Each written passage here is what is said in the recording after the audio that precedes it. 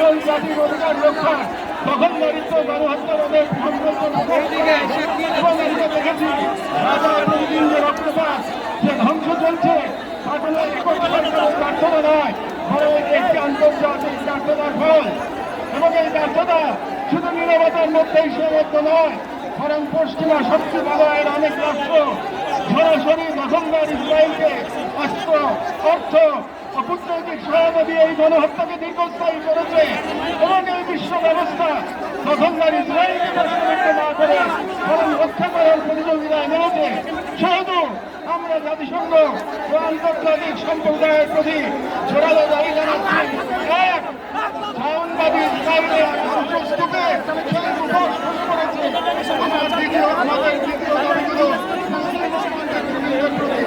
যেহেতু আমরা বিশ্বাস করি কেবল একটি ভূখণ্ড নয়, এটি মুসলিম উম্মার আত্মপরিচয়ের অংশ।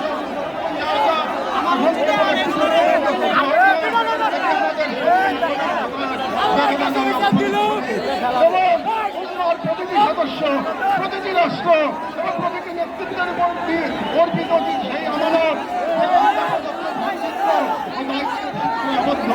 এবং ইসরায়েল একটি অবৈধ দখলদার গণহত্যাকারী রাষ্ট্র, যা মুসলিমদের প্রথম কিবলা ও একটা পুরো জনগোষ্ঠীর অস্তিত্ব নিশ্চিন্ন করতে সর্বশক্তি নিয়োগ করেছে।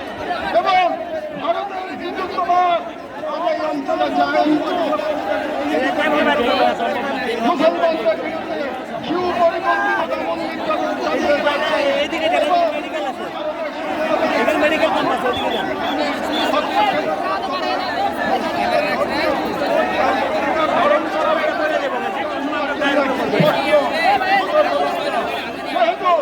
আমরা মুসলিম বিশ্বের সরকার ও ওআইসির মতো মুসলিম উম্মার প্রতিনিধিত্বকারী সংগঠনগুলোর নিকট দৃঢ়ভাবে আহ্বান জানাই, এক, ইসরায়েলের সাথে অর্থনৈতিক, সামরিক ও কূটনৈতিক সকল সম্পর্ক অবিলম্বে ছিন্ন করতে হবে। দুই, শাওনবাদী রাষ্ট্রের বিরুদ্ধে বাণিজ্যিক অবরোধ ও নিষেধাজ্ঞা আরোপ করতে হবে।